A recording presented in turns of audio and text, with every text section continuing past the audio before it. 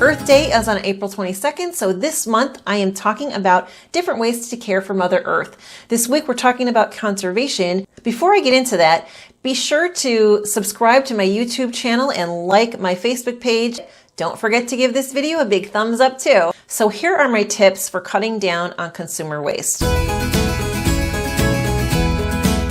The first thing I want to talk about is packaging. One of the biggest offenders of packaging waste is the biggest online retailer there is out there. I'm not going to name it, but you know what I'm talking about. I ordered a little dog toy that was like this big and it came in a box this big. I was really upset. It was so wasteful. So I know we're living in an age where convenience is king. All you have to do is press that little button and it shows up your door the next day. So what I'm saying is just be a little more mindful about that. If you don't really need something by the next day, just add it to your shopping list and pick it up the next time you're out. Think about the gas you're using to drive to a retailer to pick up that item versus the amount of fuel they use in delivering that item to you. When you're out at the store, if you're about to buy something, discern what type of packaging it's in. Is it cardboard or something else recyclable, or is it plastic? And I know some plastic is recyclable. I know there are recyclable plastics out there, but it's still a better consumer idea from an environmental perspective to buy something that's going to decompose. As a matter of fact, use recyclable items whenever you can and make sure you are recycling.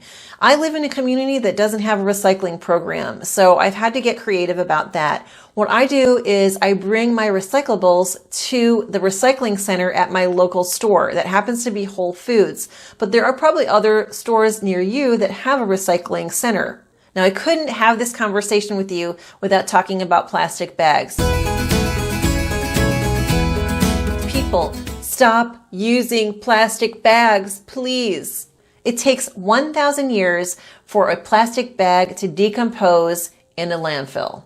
And plastic bags are making their way into our oceans and killing our wildlife. So a good option here is to ask for a paper bag. At least then it'll decompose, or you can recycle it. Even better, use a reusable bag. Now, if you're like me, you probably have a bunch of them you keep in your trunk, and sometimes you might go into the store and forget about them.